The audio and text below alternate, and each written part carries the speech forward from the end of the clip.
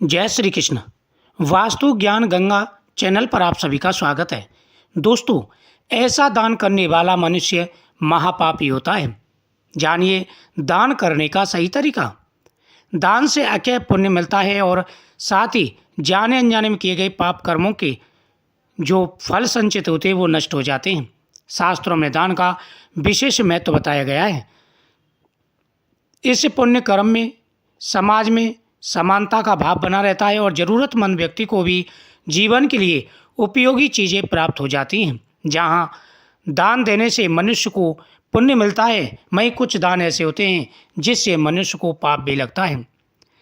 गरुड़ पुराण के अनुसार अनाज, पानी, कपड़े, पलंग और आसन, इन 4 वस्तुओं का दान साल भर में 1-2 बार जरूर करना चाहिए। इससे लंबे समय तक शुभ फल मिलते हैं। पानी का दान करने के लिए गर्मी में प्याऊ लगवा सकते हैं।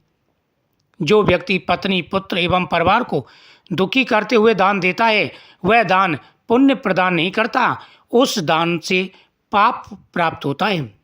जो व्यक्ति पत्नी, पुत्र एवं परिवार को दुखी रखता है और दिखाने के लिए दान पुण्य करता है, उसे पाप लगता है। उसका दान कभी कोई स्वीकार नहीं करता। जरूरतमंद के घर जाकर दिया हुआ दान सबसे अच्छा माना जाता है। जरूरतमंद को घर बुलाकर दिया हुआ दान मध्यम फल देने वाला होता है और जरूरतमंद को एहसान के द्वारा दिया हुआ दान निष्फल हो जाता है।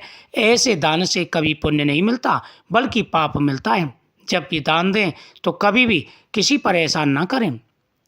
यदि कोई व्यक्ति गांव, ब्राह्मण और रोगियों को दान कर रहा हो तो उसे दान देने से रोकना नहीं चाहिए। ऐसा करने वाला व्यक्ति पाप का भागी हो जाता है।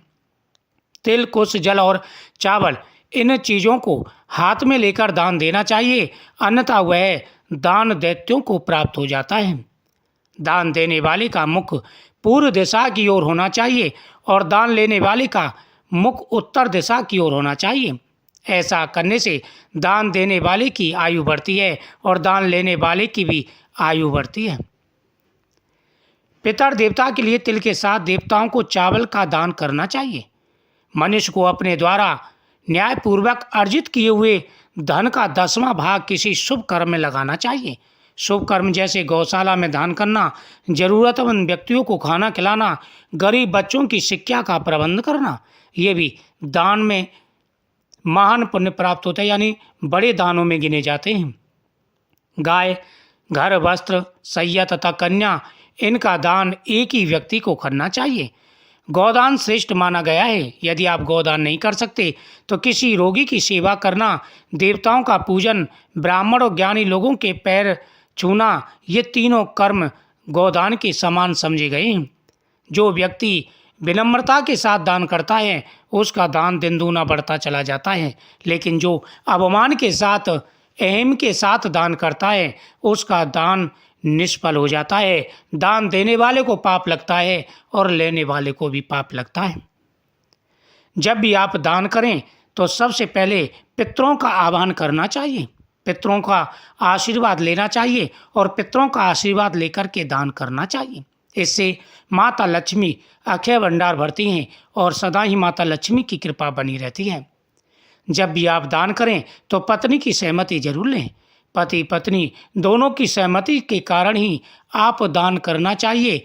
दोनों की सहमति से दिया हुआ दान, विनम्रता पूर्वक दिया हुआ दान अक्षय फल प्राप्त कराता है।